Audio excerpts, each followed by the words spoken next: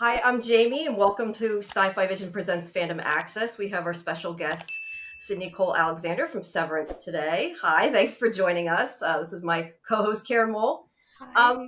So I guess just to start out, why don't you talk about how did you get involved in the show? Well, first of all, thank you so much for having me, Jamie and Karen. It's so nice to meet you. I auditioned for the show. Wow, how long ago was it? Like 4 years ago. So it was just a classic audition back in the day when we were in the room for auditions. And I went in, I did, I believe it was two scenes. And about a week later, I heard that I had a call back up at the studio with Ben Stiller. And I was like, oh my God, so nervous, so excited. And so I went in, did the callback, did it a few times, and then things were paused, obviously, due to what was going on. And I was like the top choice for a while. And I think it took me like 4 months to hear back. Um, and I was just waiting on the edge of my seat for the 4 months, like trying my hardest not to think about it, but it was absolutely impossible not to think about it. And yeah, that was it. That was pretty much the whole story. Just Is four regular months? audition process. I was just going to say, just out of curiosity, is 4 months long? I don't know how long it usually takes. You have to wait. That seems like a long time. It depends. It's not the first time that I've been on hold for a project for that long. I was on hold for a series regular once, and I was also on the edge of my seat, and it was like a 4 month waiting period. Sometimes it can be like a day, or sometimes it can be a few days, weeks, or months. But it is quite a long time. So it really depends on the project and how quickly they're shooting as well.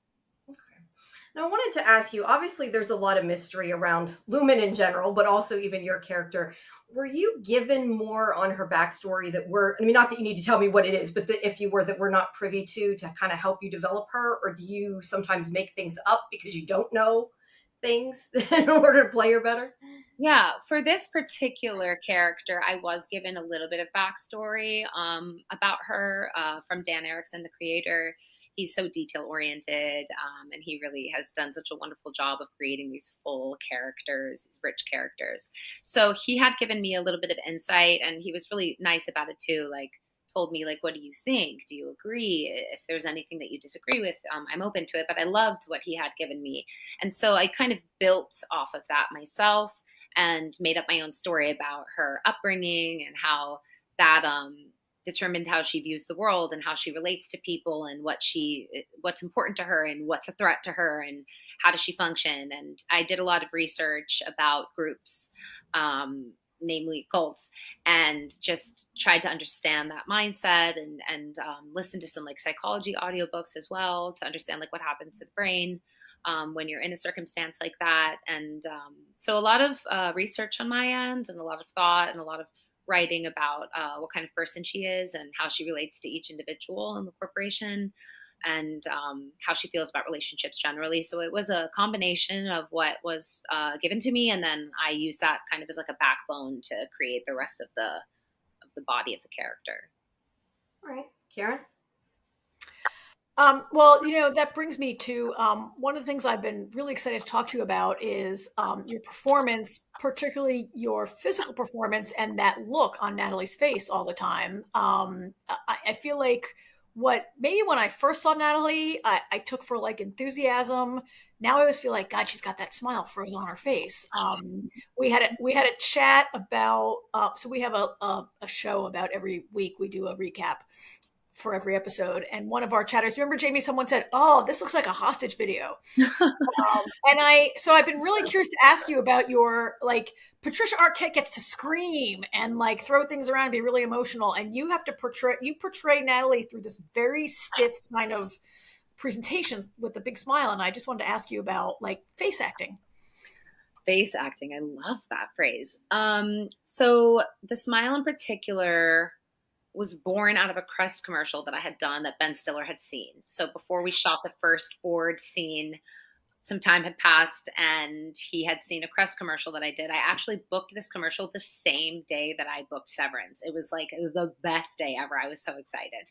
And so I came onto set and he was like, "Hey, Crest girl." And we laughed about it. And during the scene, I had already been smiling in my audition, but it was definitely more of a subtle smile. And it just kind of grew and grew and grew until it was this kind of full on like Cheshire grin. And he just wanted to see the Crest smile, like a big, genuine, large smile. So that was the first physical, I think, aspect of Natalie. Then came the way she sat, because I like slouch a little bit. I don't sit as upright as she does. And so I'm often clasping my hands and like really squeezing my shoulder blades together and having super, super stiff posture.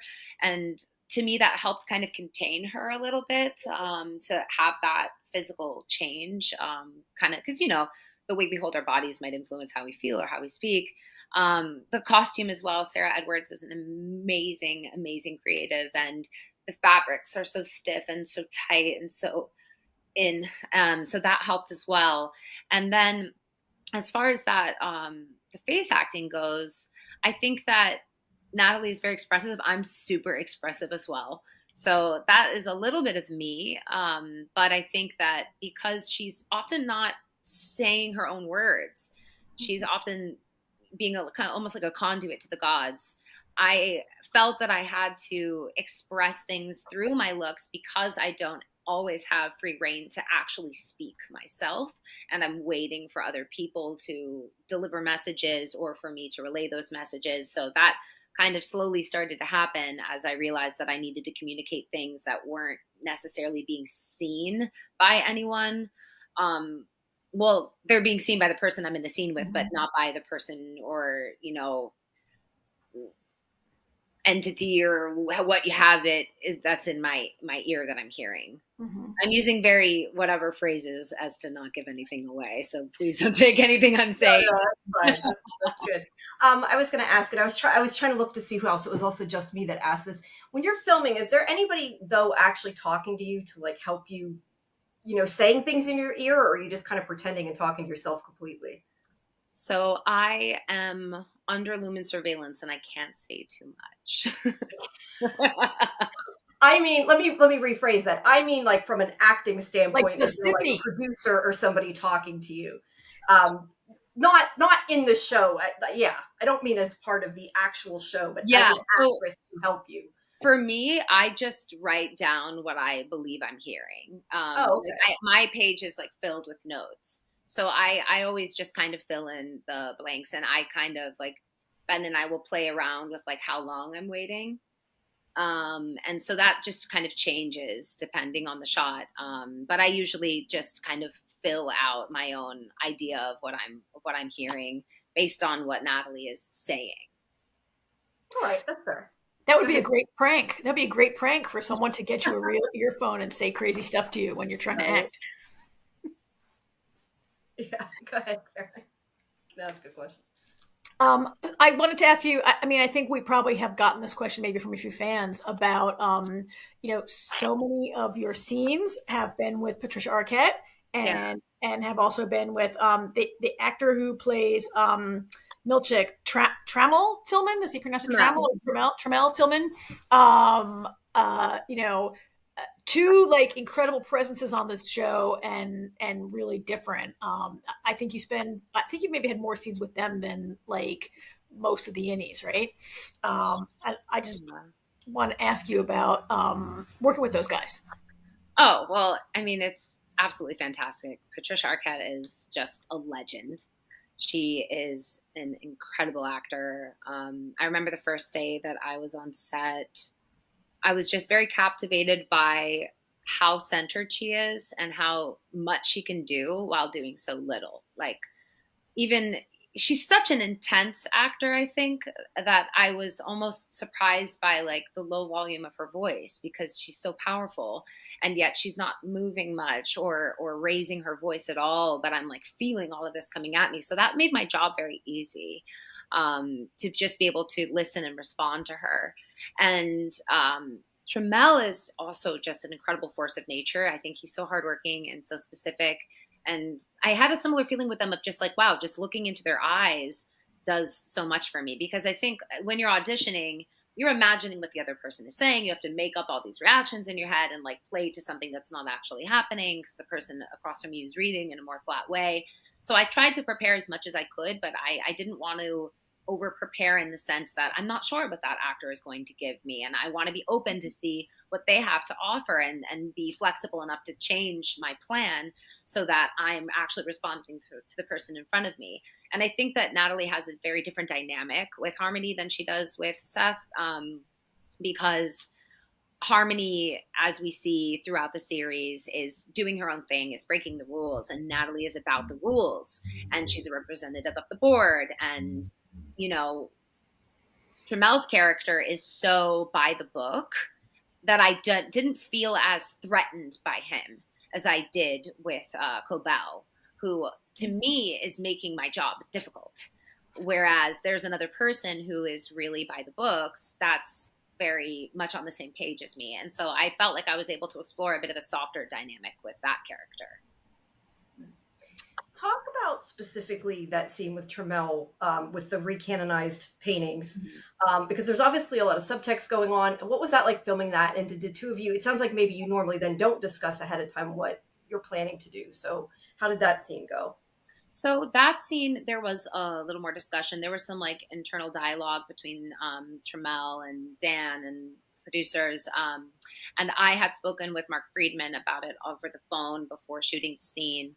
That was a scene where we did have a little bit of discussion before, because we wanted to invite the audience, but not necessarily isolate the audience. So Tramell and I chatted a little bit about the scene before we shot it, and Ben asked us like how we felt about the scene and how do you think your character would respond, and gave us a lot of free reign to explore what we were personally thinking and feeling about it.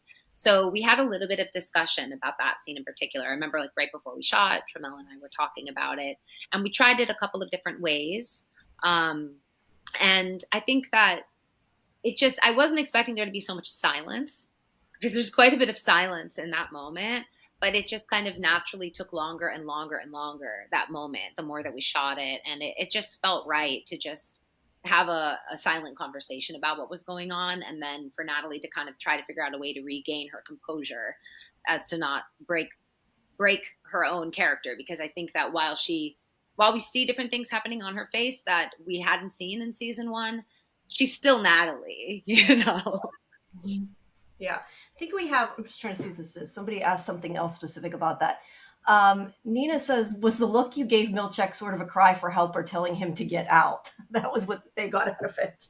That's a great question. I don't know. And in the moment, I wasn't really thinking necessarily about communicating anything to him. I think what was going through my head, if I can remember properly, was that the way he was looking at me was very straightforward and was without any veneer. In a world where we are constantly communicating things in our communications that are not being said directly.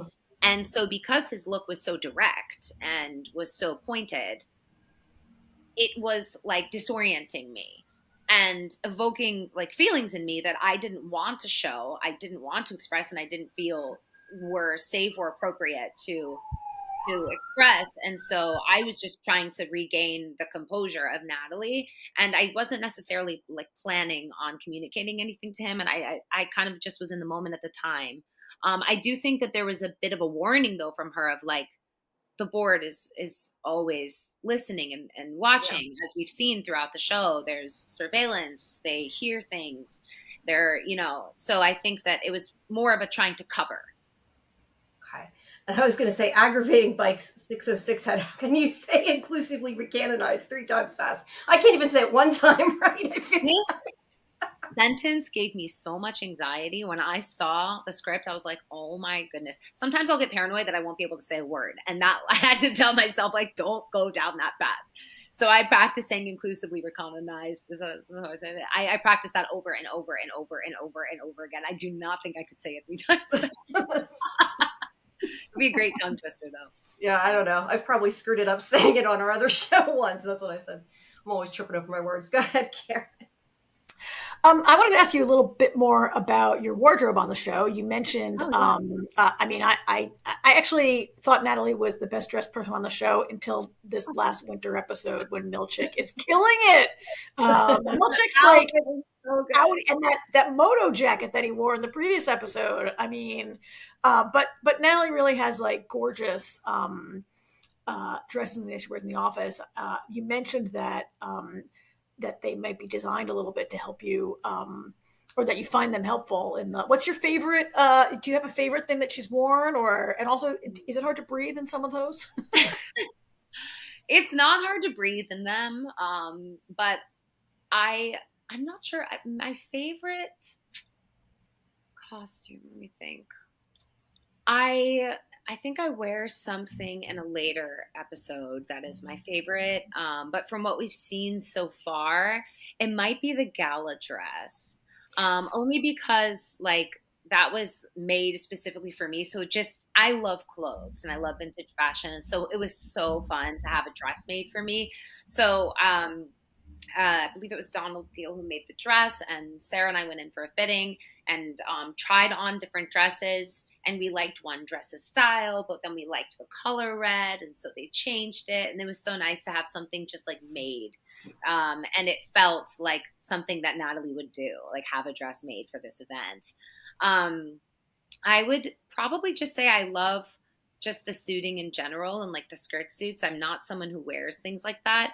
And it's really helpful to wear things that I wouldn't normally wear to be a different character. I find that like um, costume helps me a lot. I have a very extensive closet because I love having everything for any character. So it doesn't matter if it's like 1920 or, you know, the future. I have something to wear for my audition. So that was so lovely to just be able to try on all of those pieces and wear things and even colors that I don't normally wear because I don't wear dark green and I don't wear teal.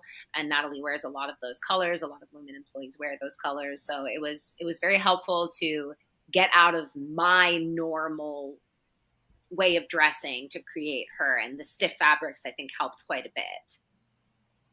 Cool, thanks. We have there's quite a few questions. They're sort of all similar. I'm trying to kind of combine them here. You talked a little bit about making up some of the backstory, but let's see. Alex Sotto asks if there are any memories or life experiences that you added to her because she's so tightly wound and PR polished, and they're fascinated by your ability to merge the personality of a PR manager with the vibes of a cultist. And okay, Energetic Crab's also asking about influences. Oh, and this person also said that many people reference the movie Get Out at the painting scene that we talked about earlier. And Serotonin says every character in limited management team are amazing presentation of different high-level positions with a mega corporation, and you portray the head of PR so incredibly well. Do you have experience for this type of work environment, or is Natalie based on anyone you encountered? So yeah, just kind of is there any, I guess, real world influences on her, or even character influences, really? I wouldn't. I don't really. I don't think I consciously draw from other people's work. So Get Out wasn't something I was thinking about when we were doing the scene at all. But as far as like real world experiences go, definitely. I had worked for a company that kind of felt like a corporate cult. And I remember like going into meetings and like getting these like progress reports and feeling like so horrible when I left. Like everyone was smiling and it was friendly, and there was no distinct behavior or sentence or anything that I could pinpoint that had been offensive or aggressive, but I had felt like I had just been ripped apart when I would leave. And I remember everyone was very committed to this company. And so I definitely drew from that. I thought even when I read the script at first, like, oh, I know this feeling, I know this world, and I understand it in a way where I feel like I can do it justice without it being a joke, that it's actually a real thing. So it wasn't any particular person, but I tried to kind of find that feeling of just kind of viciousness underneath the surface, but also with a bit of sadism that is kind of present. And also just the commitment to doing something, and then the unconscious of knowing of what you're doing because everything is justified. I don't know if that's clear enough, because it's kind of an ambiguous, kind of strange feeling, because it's so many things at once. It's Yeah. friendly, but it's not. It's cruel, but it's warm. And so I just tried to kind of play with what it felt like to be in that room, and what did I think was coming at me, and then trying to digest that and then give it back in the same way that I had felt it coming at me. All right. Karen. So to change gears a little bit, Severance is a show. Severance is a show that I did not watch when it aired in season one, and I came to it in the last few months. It's a show I think has been the time off the air. I feel like maybe almost helped snowball the interest, the long wait between the two seasons, and it seems to really have now kind of like from like really achieved a higher level of notoriety, and I just wanted to ask you about being on like one of the biggest hits on in streaming right now, and what that's been like. I mean, you've been acting for a while. It's not like, your first time maybe being recognized, but this is like another level, right? It's definitely my first time being recognized. I have been acting for a while. I've been going to performing arts school since I was 13 years old. And I've always wanted to do this, but it's surreal. I still, even when you were saying it, I'm like, it doesn't enter my brain really. Because it's strange to feel a dream being fulfilled. I will say that I'm so utterly excited by how happy people are with the show. I am touched and amazed that it means so much to people, that people have theories about it and watch it multiple times, and that they're so excited about it. Like, the fan engagement is so beautiful. It's more than I could have ever hoped and dreamed for. And it makes me so excited. I definitely go on the Reddit page and like read all the comments. I think it's so fun. So it's great, I think, as an actor to work on anything, but to have the opportunity and the privilege and the honor to work on a show that people connect to so much, where all of the cast and crew and creatives are so immensely dedicated and hardworking and kind and collaborative, has been such a dream and a joy. And it's a surreal experience for sure, because I knew that the show was going to be good, because when I read the script, I loved the script. I think Dan Erickson is a genius, but the reception of the show has been far beyond what I could have ever imagined. So it's almost hard to take in, honestly. It's so lovely. I was gonna say I started it late too. Some friends I had told me to watch it, and we streamed like I think 6 episodes the first time Wow. we did it all at once. Yeah, so we went through quite a lot. We were in Discord watching. No, I love it. So this is kind of connected to that wide angle, and I guess this is in addition to being recognized, I should say. Asked how your life's changed since joining the show. So has anything else that you can think of changed since then, other than being recognized? I think that doors have opened a little bit more. I think that it's pretty hard to get into the industry. This is not news to anyone, but I think a lot of times it's like, well, what has this person done? Have they done anything before? Because I think to have a role in a show is a big responsibility. A lot of people are depending on you. There's a lot of money on the line. People care about their projects. It's meaningful to them. They're working on shows like Dan, I think, had been working on Severance for 10 years. Like, it means something to him. And so I think they're difficult decisions for people to make, who to cast. And I think that after having been on this show, what I've noticed is when I am up for things, people are considering me more. Or they're not just like, who is this person? Most of the industry has seen the show because it's so highly anticipated, and it had all these Emmy noms.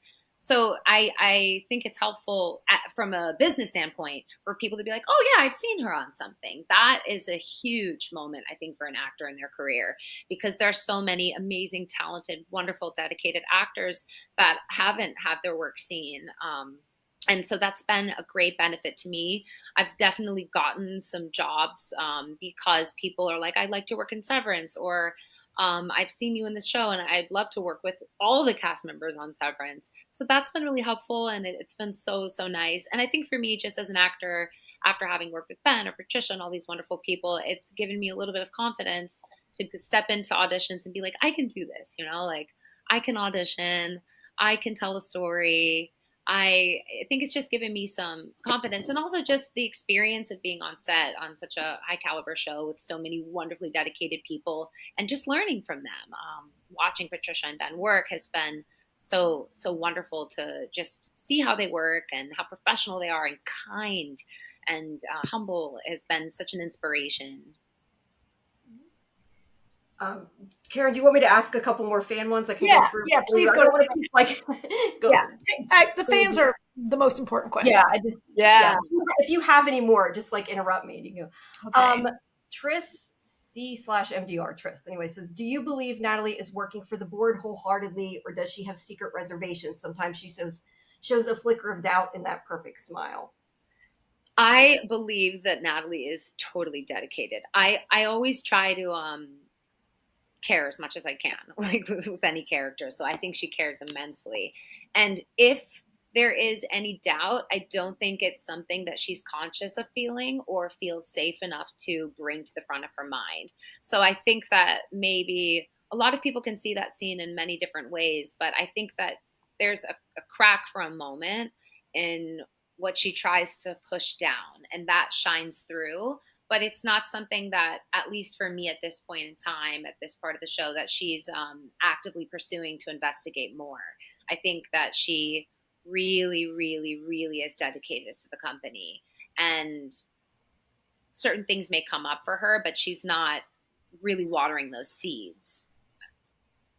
Now, this is from the same person. Now, I know you can't say this, so I'm going to say, in your own opinion, how much power do you think Natalie possesses with Lumen? Because she seems like she's more than a spokesperson.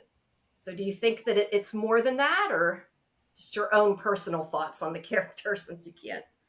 I mean, I would just say personally, like here, the board, Lumen, the entity that is Lumen Industries is like God.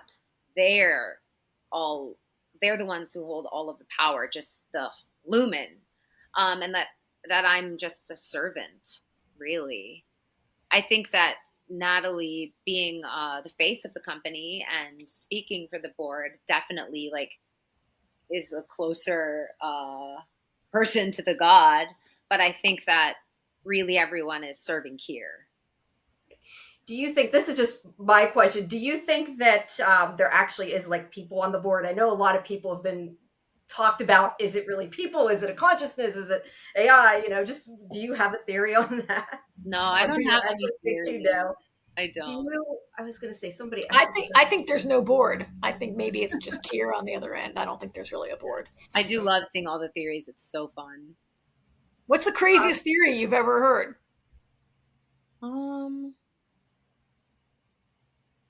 The craziest theory. I don't Doesn't know. have to be specific to that. Anything that's There are people who think it's like all happening in Mark's mind, or that they're all robots, or I think the craziest theory was like they're like that it's about cloning. I saw a couple cloning theories. There's a bunch of cloning theories. Yeah, there are people who really believe y'all that they're trying to develop cloning, and you're all. I was going to say, Karen, I don't even think I told you this yet. I seen on Facebook yesterday, somebody said that Dieter Egan is an anagram of AI generated. So now that's a new thing that's going. So, oh, I haven't read that one. Yeah, there's so many. There is quite a lot.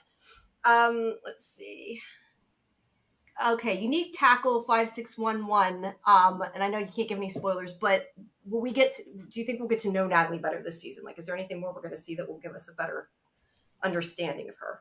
Well, I think in season 2, because season 1 was so much of the season 1 was focused on the indies and being on the severed floor.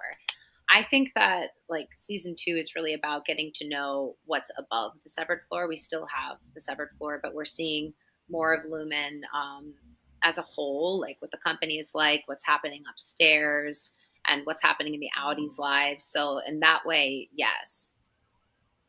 All right, that's fair. What genre do you hope to work in next as an actress? Oh man, I want to work in all the genres. Like I want to do theater, film, television, voiceover. I don't know that I think I would like to do a comedy. something like Arrested Development, something like that. I love working in drama as well, and that's definitely where I lean. But I think I'm very funny with my friends. I'm very funny in life, and so it would be fun to play just like a ridiculously large character in a comedy. Very cool. That one was from the same person. This one's from Livid Patience 8518. What character would you most like to see Natalie interact with? That's a great She has question. that. Who have I not interacted with so far? I would like to see Natalie interact more with, weirdly enough, more with Cobell, but also Miss Huang. I think interacting with Miss Huang would be really fun. That would be cool. Scarlett says you act a lot with your eyes as Natalie. Do you agree or disagree that eyes are the windows for the soul? Oh, I absolutely agree. For sure. I think that that's so true, and that has been my experience on set. There's so much eye contact, which can be hard in real life. You know, like look, that was one thing that we did in acting school a lot. Is like you have to just stare into people's eyes, and people would like laugh, they would look away, they would cry. It was so uncomfortable, and I think that practicing that is a really good skill because in life we're looking down a lot. We're not looking at each other all the time. But it can be a really powerful tool to just lock in and stare into someone's eyes, like I did with Tremel. I think it's absolutely true. Is other than that, is there anything else that you find in general challenging as you do Natalie? Do you become Natalie? Challenging. You talked about the physical, but maybe Yeah. there's I mean, I think it's just challenging in general to put myself in a circumstance where I'm saying things that are affecting people and to kind of almost have to lose. I'm a very sympathetic person, and Natalie is empathetic. She can feel what others are feeling, but she's not necessarily sympathetic. And so for me to sometimes remind myself when these wonderful actors are looking at me with bleeding eyes that like I can't be me right now, I can't respond in the way that I, Sydney, would respond, that Natalie is experiencing it differently. And so every once in a while I have to kind of balance that out and be like, don't, worry about someone's feelings right now. How would Natalie respond to this person? And so that can be a challenge, but I think it's a great fun challenge to play someone so different from myself, and to just try to understand how this individual communicates with people, because I've certainly been on the receiving end of people like that in my life, and I know what that feels like. So in order to embody that person, like using my own experiences, being on the receiving end and just observing people can be a challenge. And it can sometimes almost be like sad for a moment until I remember we're playing with our imaginations and no one's actually getting hurt here. That can be a challenge, is I think for any actor really, is just like the removing of the self, but also be pulling from your own experiences, but then pulling from your imagination and bringing yourself to the character, but not commenting on the character can be like a juggling act almost. that makes sense. Right. Karen, do you have any more? I'm going to double check. Nobody sent me messages since I've put up about it, but do you have anything else you want to ask while I'm doing that? Well, this is a little, so maybe not directly about Severance, but on our shows, Jamie and I cover a lot of this kind of high concept puzzle box kind of shows, a lot of science fiction. When you're not working, what are the kind of things you like to? Are there genres you prefer to watch, or maybe none? Maybe you're like, oh, I act all day. Let me read a book right now. Oh, I love watching TV. I watch TV all the time. I watch a mix of things. So I just finished watching Deadwood. I had never seen Deadwood before, and that was a wild ride. I really enjoyed that. One of my favorite shows is Bloodline on Netflix. It has Sam Shepard in it, which is just absolutely incredible. I love Silo. Speaking of Apple TV, Let's say we covered Silo. Oh, Silo is awesome, and Rebecca Ferguson is incredible in that series. Ozark, I love. Mayor of Easttown was incredible. I mean, I really could go on and on. I watch a ton of TV, and I love watching TV. And I especially am so excited to see what's been going on in the industry with television being like a respected thing, because it's changed so much, where people used to be like, you can only be a real actor if you're in film. Meanwhile, there have always been wonderful shows coming out, but I think it's so exciting that shows are almost like long form films now, and so I love to see that. And there's just so much amazing content out there. So I would say I watch comedy, a lot of drama, usually a lot of dark stuff, honestly, and some sci-fi as well. But I don't know that I have a favorite genre. The only thing that's very hard for me to watch for whatever reason is like super gory, super gory stuff. Yeah, he's not like me. Freaks me out and I can't really watch it. But or I watch it and I just cover my eyes for the gory scenes. See, I always tell everybody, because I'm a wuss. I'm the one who looks up the parents' guide to horror. I always do that. I can't, but I can be a wuss. I feel you. I feel you on that. So Sydney, I won't look for you in the Saw franchise or. Yeah, you do that. I ain't watching it. Sorry. I'll do it. I'll just squint and close my eyes when the scary stuff comes up. Do you have any other things besides Severance coming up at all? I don't know if you've been working on anything else. But Yeah, I do have a couple things coming up, but I don't know if I'm supposed to talk about them. So I'm just gonna play it safe because I like to play it safe. I did finish a film called After. I worked a day on that, so I can talk about that. I had met this actress on a job that I don't think I can say I did yet, and she was so nice as to recommend me for this one day role on a film, and it was so fun because it was the director's first feature. And I love working with people who are experiencing firsts. Like Dan Erickson, this was his like first moment, and he was so excited and just honored to be there. And you know, this director was also so excited to do their first feature. It's just such a beautiful moment to be a part of someone's first. Like, you know, you're going to just be burned into their memory forever. And that enthusiasm is just so lovely to experience because it kind of reminds me of like being a kid and playing pretend and just being totally excited. But hopefully there are more things I can talk about coming up soon. Well, we'll have to look out for stuff as it becomes available, I guess. Yes, please.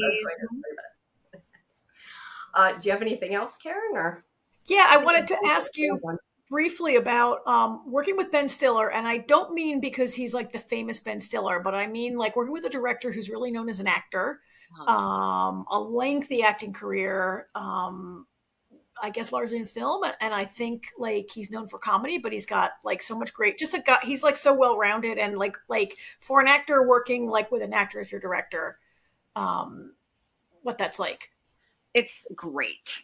I absolutely love it. I think that directors who have been actors are really wonderful to work with because they understand what you're doing and they speak a very particular language. Because sometimes I think what can happen is a director has a vision and they would like something, but things can get kind of lost in translation or they might not be able to communicate that to you. And so I think he has such a wonderful way of speaking to actors. And one other thing is that because he's an actor and because I think the casting was done so well, there's a lot of trust in the actors. He's very clear on what he wants and he's very clear in the way he communicates it, and he's a very specific person. He's a very hardworking person and intelligent and creative, and so he lets that be known and then gives you free reign to try things. I think that he doesn't put a lot of pressure on like it has to be right the first time. Like he gives you room to explore that, and there's a lot of relaxed freedom in that for me to know that like I can try it a couple of different ways and I can have an idea and he's going to be open to that. And I think because he understands what it takes, he has patience and has trust, and that trust in an actor is the most relaxing thing ever on set. But he's really wonderful, and it's been just an absolute joy to work with him. He's great. You're gonna be spoiled. I know, right? It's been too good of an experience. I'm like, wow. I definitely got spoiled. All these great actors and friendly, super nice people too that are so, decorated but humble at the same time. It's been just awesome. It really has. That's always good. Well, I don't want to cut you off, Karen, if you have something else. More I did so many in a row. I think I got through everything. There was quite a few. I think I got them all, but yeah, we've had you longer than we expected it to take. So thank you for staying that long. Oh, of course. Really appreciate it.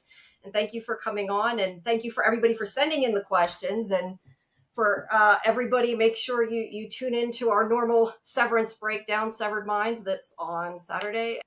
So thank you, and We will. Yeah, thanks so much for Thank being with you. us. Thank you for having me. It was a pleasure. I really appreciate it.